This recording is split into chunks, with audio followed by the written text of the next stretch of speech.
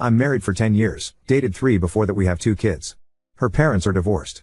Her mom comes from a wealthy family, and when her parents got married her family did a lot of legal and financial stuff and prenups and stuff to keep the money safe. Growing up her mom was busy a lot and was the primary breadwinner. Her dad really was the one who raised her. He was the one who took her and picked her up from school, who helped her with her homework and went to her shows, plays, games etc. When she was 12 it turned out her mom had been having an affair and it led to her parents divorcing. This is where her mom's family's money comes in. They were able to afford very good lawyers and her money had already been locked up tight, so she wound up with custody and he left the marriage with not very much to his name, and since he had spent so much time raising her, he had neglected his own career. He struggled after that. My wife has a fraught relationship with her mother. She never really forgave her mother for the affair, the divorce, and her destroying his life. Once she was a teenager she chose to move in with her dad. So that's a bit of background. She remained close to her dad to this day. He's been an active part of our lives and he spends a lot of time with our kids, who both love him, but he's been struggling. COVID was really hard for him because he really couldn't work. He fell behind on his bills and he's been struggling to catch up ever since. He's now about to be evicted. My wife wants him to move in with us. She says it's absolutely unacceptable to her for him to be homeless when we have a basement we can move him into. Thing is, the basement is my space. It's set up to be my retreat and she now wants to turn it into a bedroom for him. We've been arguing about this because she says she won't allow him to be homeless, and my point is he won't be homeless. He has a place he can go with his sister, but she lives on the other side of the country. My wife hates that idea. She says she wants him to be a part of her and our kids' lives and not on the other side of the country. He's not a bad guy, I don't hate him or anything, I just want some space for our family. My wife's position is that he is family, and he can help with the kids. She's accusing me of caring more about my man cave than the well-being of her father. That's an exaggeration. He isn't going to be homeless, he can move in with his sister. This argument is starting to become pretty ugly now, and she's threatening to take the kids and move out to find a place with him if I won't agree to let him move in here. I resent that threat. I'm starting to wonder if this is really a hill I should die on. On the other hand, I'm shocked and angry that my wife seems ready to throw away our whole marriage over this. My wife doesn't work on call in a high-pressure job as a surgeon like I do. She doesn't need a space to unwind after she loses a patient like I do. Husband, I haven't spoken to or seen my dad in 22 years. I could not care less if he was homeless, and I wouldn't piss on him if he was on fire. For all I know he could be homeless now and I'd just laugh and tell him he deserved it. I don't plan to see my father again until he's in his coffin. And I'll only go to his funeral and deliver a eulogy to remind everyone what a garbage person he is.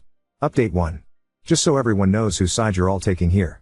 She's a spoiled rotten princess who grew up with a silver spoon in her mouth. Everything she has was given to her. Between my salary and the trust fund her grandparents left her, she doesn't need to work, but she does anyways and complains she needs her dad's help with the kids. I'm a surgeon and she's an interior designer. Which one of us contributes more to humanity? She's a shallow, vapid woman who decorates houses while I'm saving lives. My husband, ND, is a surgeon. And according to him he's the most important person in the world. A god among men who casually determines life or death and is far, far too important to be bothered by the trivial concerns of us mere peons. Concerns like maybe you should spend some time with your fucking kids. But oh no. You see, he works so hard and has so much pressure that when he's home he has to be sequestered from the annoying sounds of our girls playing or being happy to see him. My dad has picked up the slack. He's been the one that's changed their diapers. I drop them off at school and go to work. Dad picks them up and stays with them till I get home. My dad was the one who taught them to ride a bike. My dad is the one who shows up to the plays and dance recitals. He's the one that helps with the homework. My dad is the one who dresses as Santa. My dad is the one who does the Easter egg hunts and the tea parties. My husband is far too important for any of that. And despite the fact that my husband has absolutely no interest in our kids, he is still pissed that the kids are closer to my dad than him.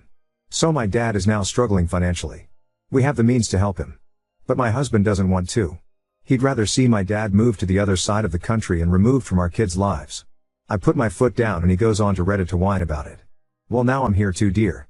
You want to whine about our marriage on Reddit? I can do it too. Wife, the kids love him. He's been a daily fixture in their lives since they were born.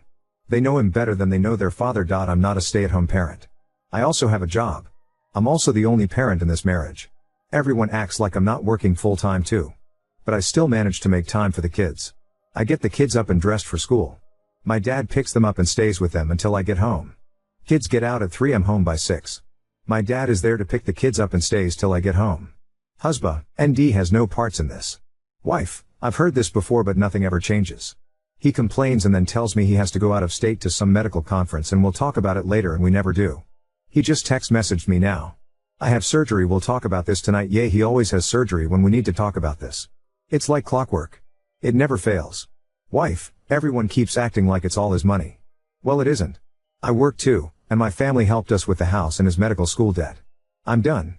This isn't about the man cave or the space and you know it. We have the money to help my dad, we have a 7-bedroom fucking house with a pool house and a movie theater. This isn't about space or money. This is about you being petty and jealous that the girls are closer to my dad than you. Get this through your thick fucking head. That's your fault. For 9 years everything else in your life has been more important than the girls. You work 70 hours a week and when you're not at work you go golfing with the people you work with, or you're at a medical conference with the people you work with, or you're dragging me to some fundraiser with the people you work with. When you are at home you need to sequester yourself because the sound of my children playing annoys you. You seem to conveniently forget that they're your children too. You only seem to remember that part when I want to move my father in to help me with our girls. It's amazing how you can be so smart and so fucking stupid at the same time. You're upset the girls love dad more than you. And you're such a petty and small man that your solution is to ship him off out of their lives and break our girls' hearts. But you don't plan to actually be a part of their lives. You just want my dad gone. I won't fucking let you take him out of their lives. The family is me, the girls and my father. Your family are the people you work with, and you're married to your job, not me. Well, you can have it. Aunt, come home. I'm done trying to make this marriage work. I'm done begging you to be a father. The girls won't miss you anyways. You've never shown an interest in their lives and I am done letting you hurt and neglect my children. They deserve someone in their lives that loves and cares for them and shows interest in them. You don't. Update 2. He said awful things. Just awful. About me, my dad and the girls. After he left, I talked to my mom. We have a difficult relationship, but if there's one person I want in my corner going into the divorce, it's her. The divorce is happening. I saw an attorney my mom recommended today. I'm really glad I went through with that prenup my mom wanted when we got married now. At this point I won't speak to my STB ex-husband. My lawyer is doing my talking for me. I'm exhausted. Thank you everyone for all the support. It helped to read the comments and know people supported me. He made me feel so small and stupid yesterday, and he said awful things about our girls. I'm not mad anymore. I'm just heartbroken. Our girls deserve better than this.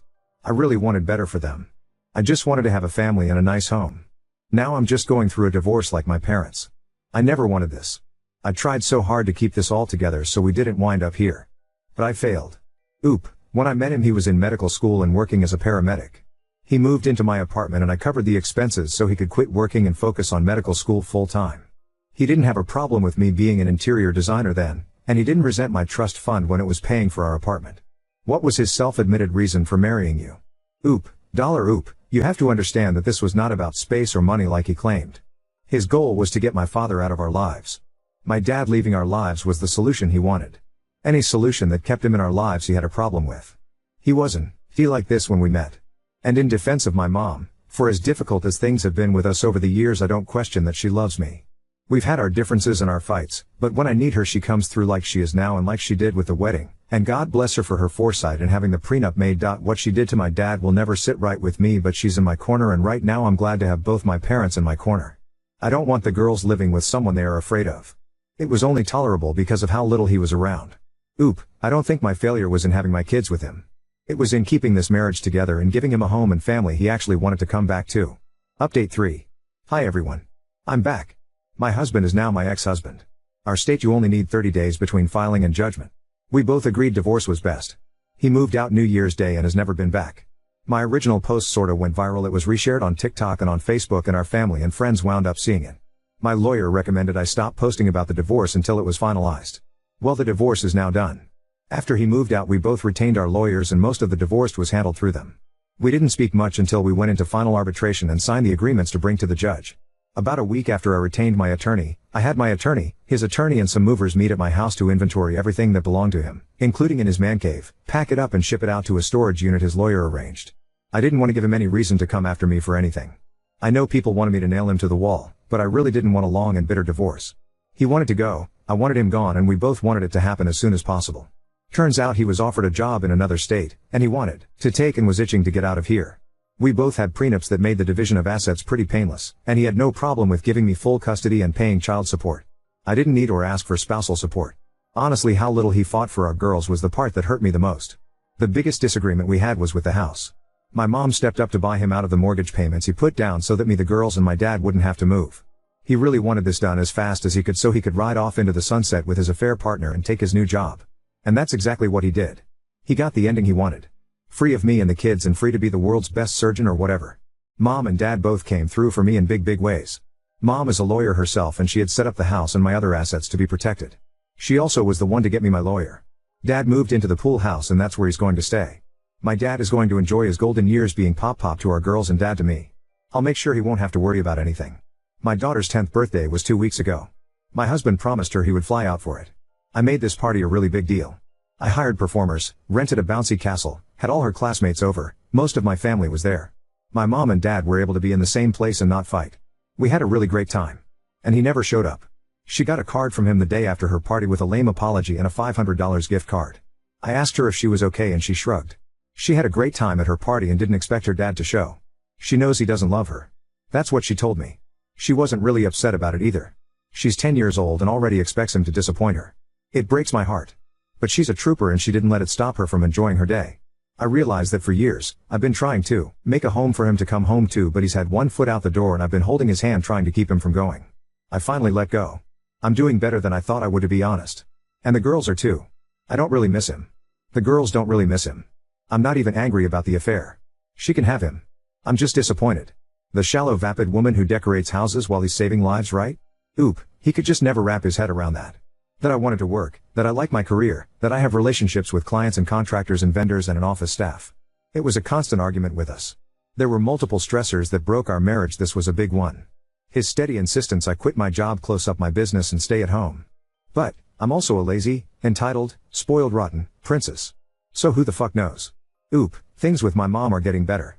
And amazingly, things between my mom and dad are getting better as well. They both showed up for my daughter's 10th and didn't fight or make catty remarks to each other or side-eye each other, or glare or any of it. I said it in another comment, but ironically my marriage dissolving has done more to heal the rest of my family than anything else has.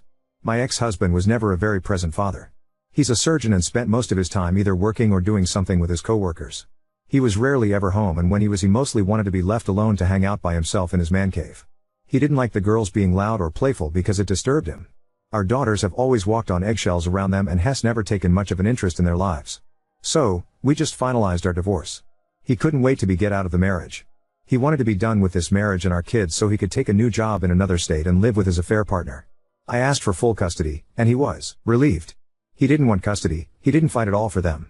He hasn't even seen them since the day he moved out 2 months ago. He's gone now in another state, and my oldest had her 10th birthday about 2 weeks ago. I threw a really huge party for her. I made it a really big deal and he promised her he would be there. He never showed. We get a card with a lame apology and a gift card from him a day after her birthday. I felt so bad for her, and what makes it worse is, she wasn't even upset. I asked her how she felt about it and she shrugged. She said she wasn't surprised, and that dad didn't really love them. What the hell do I say to that? I'm at a loss for words because I don't believe he loves them either. Do I lie to them? Tell them of course he does. Hess just busy. What do I tell her? The truth? No, he doesn't real love you? I have no idea what to say to my girls. Should I even bring it up? Just not talk about it at all? Just leave the fact that their dad doesn't give a shit and has pretty much abandoned them?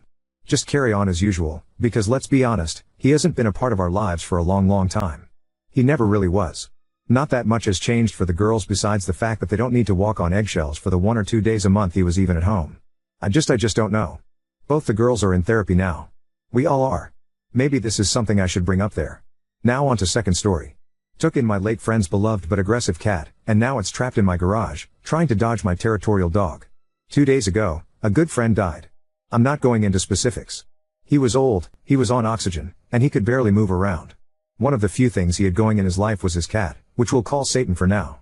He loved that cat, and while the animal was around him it seemed to be polite enough not to try attempted murder. When I got the notice my friend was in the ER, I met with his son there, and by the time we got there it was too late. I knew his cat was one of the few things he cared about and offered to go to my friend's apartment to feed it. He declined, saying he'll get to it later. The next day, he asked if I would be willing to take the cat. Not gonna lie, I said yes because I loved my friend and because I didn't want the one thing that kept him constant company on his last days to get outdone. I went to my friend's apartment and tried to get the cat into a pet crate, and the animal fought so hard against me that it both broke the crate's door and shit itself. I bought a jumbo crate, 3*X3*X4, with 2 levels and put it in my garage, with a litter box and some food inside the crate. I know this is not an ideal accommodation for Satan, but I don't know where else to put him.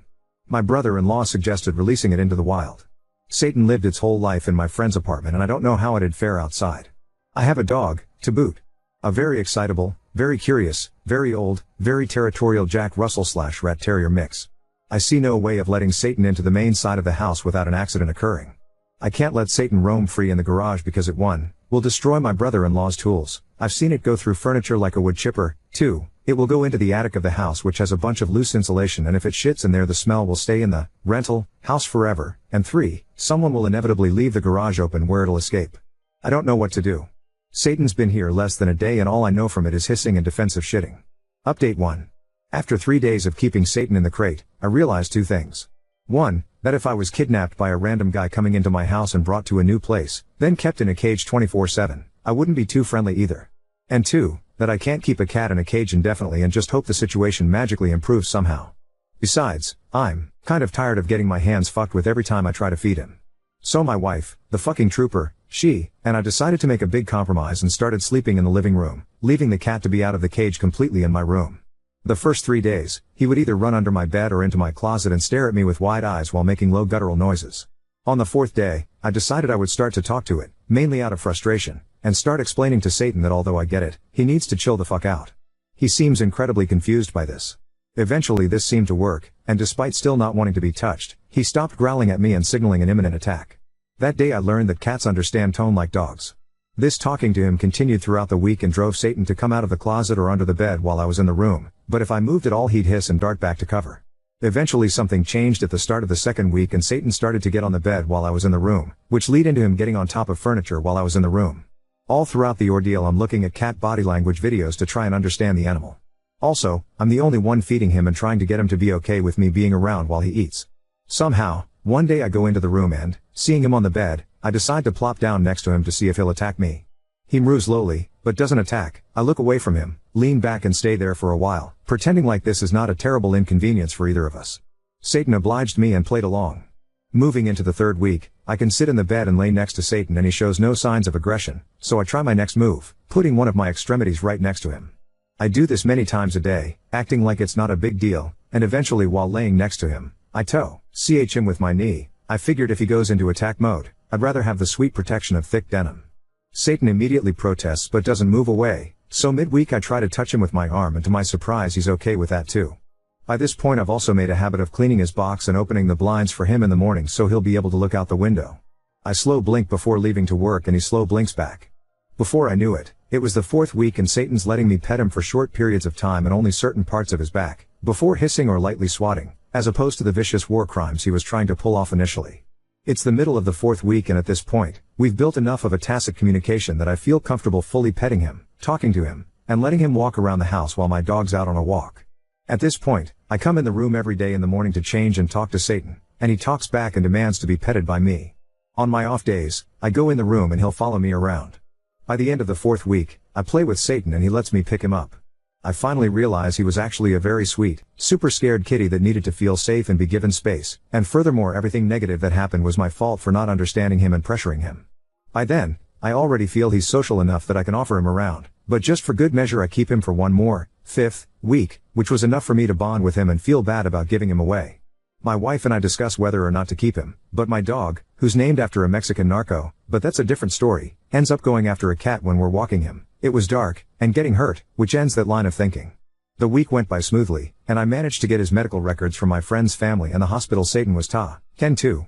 6th week, I take to Facebook and, with due disclaimers, I offer him around. Satan, older cat, needs a new home. Former cat of a loner, affectionate but needs house without children or other pets, is curious and playful once it gets comfortable. A lot of people offer to take Satan into their homes, and a lot of people don't meet the requirements I outlined. Eventually someone reaches out to me and not only are they a perfect fit for him, they understand all the constraints that go into adapting an older cat into a new home. They came yesterday and I didn't even struggle to get him into the carrier they brought.